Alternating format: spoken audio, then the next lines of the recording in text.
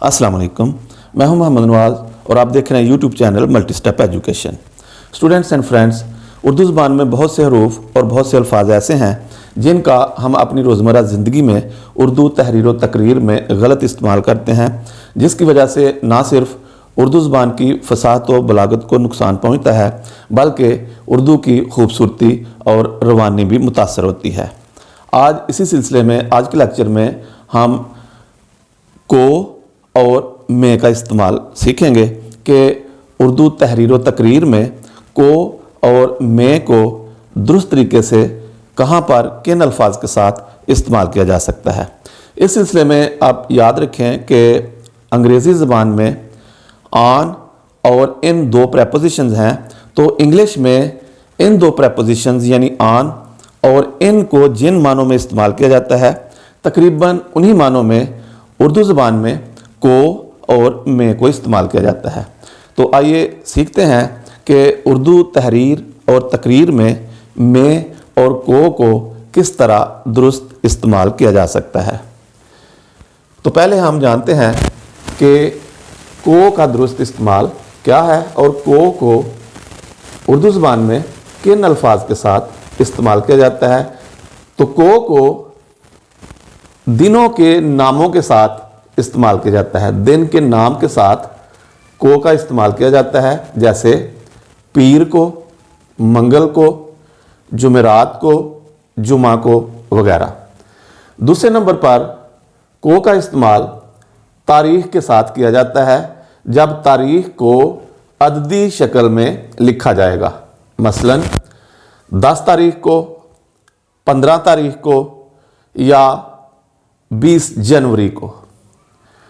तारीख लिखने के बाद महीना भी लिखा जा सकता है, लेकिन अगर तारीख अददी सूरत में लिखी जाएगी तो उसके साथ को का इस्तेमाल किया जाएगा, उसके साथ में को इस्तेमाल नहीं किया जाएगा। नंबर 3, को का इस्तेमाल उस वक्त भी किया जाएगा जब तारीख और साल इकट्ठे लिखे जा रहे हों। इस सूरत में तारीख अददी शक्ल में लिखी जाएगी और साल जो है वो सन की शक्ल में इस तरह से लिखा जाएगा। तो तारीख और साल के साथ भी को का इस्तेमाल किया जाएगा। मसलन 14 अगस्त 1947 को पाकिस्तान मार्ज़े वजूद में आया। तो यहाँ पर आपने देखा कि तारीख भी है, महीना भी है और साल भी है। तारीख अददी सूरत में और उसके साथ जब साल आएगा तो वहाँ पर भी यानी उसके बाद भी हम को का इस्तेमाल करेंगे, में का इस्तेमाल नहीं करेंगे। उसके बाद है में का इस्तेमाल। में को महीने, साल या महीना और साल दोनों के बाद इस्तेमाल किया जाता है। को का इस्तेमाल दिन के साथ किया जाता है, तारीख के साथ किया जाता है और तारीख और साल के साथ यानी इनके बाद किया जाता है, जबकि में का इस्तेमाल महीना हो या सिर्फ साल हो या महीना और साल दोनों हो तो उनके बाद में का इस्तेमाल किया जाएगा।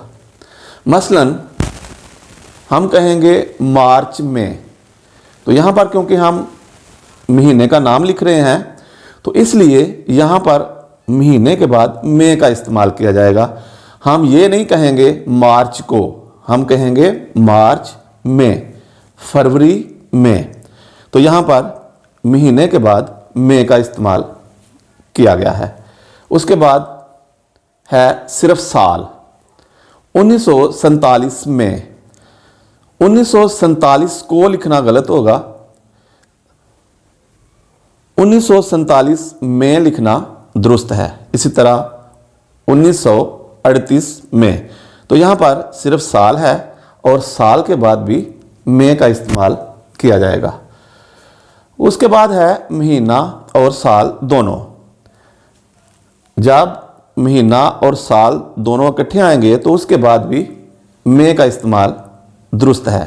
अप्रैल 1938 में, महीना और साल यहाँ पर दोनों का इस्तेमाल है, तो इनके बाद भी में का इस्तेमाल जो है वो दुरुस्त है और यहाँ पर हम को इस्तेमाल नहीं करेंगे।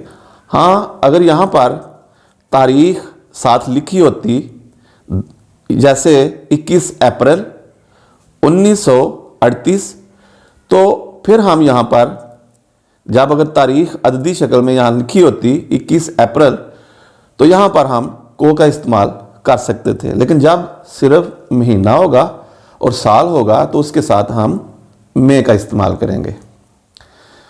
मज़ीद इसकी वजाहत के लिए यहाँ पर दो जुमले हैं। पहले है को का इस्तेमाल। अल्लामा इकबाल नवंबर में पैदा हुए और 21 अप्रैल को वफ़ात पाई। अब यहाँ पर देखें कि ये सिर्फ महीने का नाम है, तो महीने के नाम के बाद में का इस्तेमाल किया गया है। और जब तारीख अद्दी शक्ल में लिखी गई है, अप्रैल के महीने के साथ 21 ये तारीख लिखी गई है, तो इसके बाद को का इस्तेमाल किया गया है। अल्लामा इकबाल नवंबर में पैदा हुए और 21 अप्रैल को वफ़ात पाई। उसके बाद है को और में का इकट्ठा इस्तेमाल। तो इसकी मिसाल है कायद आज़म 25 दिसंबर 1876 को। अब यहाँ देखें, ये तारीख है, ये महीने का नाम है और ये सन है, साल। तो इसके बाद को का इस्तेमाल किया गया है। अगर यहाँ पर 25 की तारीख ना लिखी गई होती अददी शक्ल में, अगर होता दिसंबर 1876, तो फिर इसके बाद में का इस्तेमाल होना था। अब क्योंकि यहाँ पर तारीख भी है साथ, तो इसलिए 25 दिसंबर 1876 को पैदा हुए, तो इसलिए यहाँ पर जब तारीख आ गई महीने और साल के साथ, तो यहाँ पर इसके बाद को का इस्तेमाल बेहतर है। 25 दिसंबर 1876 को पैदा हुए और 1948 में वफ़ात पाई। अब यहाँ पर में का इस्तेमाल, साल के बाद में का इस्तेमाल किया गया है क्योंकि ये सिर्फ साल है, तो इसके बाद में का इस्तेमाल दुरुस्त है। इसके अलावा एक लफ्ज़ है दौरान। लफ्ज़ दौरान जो है उसको ज़माना, वक्त या अरसा या मुद्दत के मानों में इस्तेमाल किया जाता है। तो इसलिए लफ्ज़ दौरान के बाद भी में का इस्तेमाल दुरुस्त होता है। अगर हम सिर्फ इस तरह से लिखें कि इस मुद्दत ये काम हुआ, या इस दौरान ये काम हुआ, या इस दौरान हमने खाना खाया, तो ये गलत होगा। दौरान के बाद मुद्दत और अरसे के लिए हम में का इस्तेमाल करेंगे तो वो दुरुस्त होगा। मसलन ये है, लफ्ज़ दौरान के बाद में का इस्तेमाल यहाँ पर किया गया है। खाने के दौरान में सबसे बात हुई। अगर हम इसको लिखेंगे खाने के दौरान सबसे बात हुई और दौरान के बाद में का इस्तेमाल नहीं करेंगे तो वो गलत होगा। तो दुरुस्त है खाने के दौरान में सबसे बात हुई। इसको आप इस तरह समझ सकते हैं क्योंकि दौरान को मुद्दत और अरसे के मानों में इस्तेमाल किया जाता है। तो अगर हम यहाँ पर लफ्ज़ जो मुद्दत है हम ये कहें या लिखें कि इस मुद्दत ये काम हुआ, तो वो गलत होगा।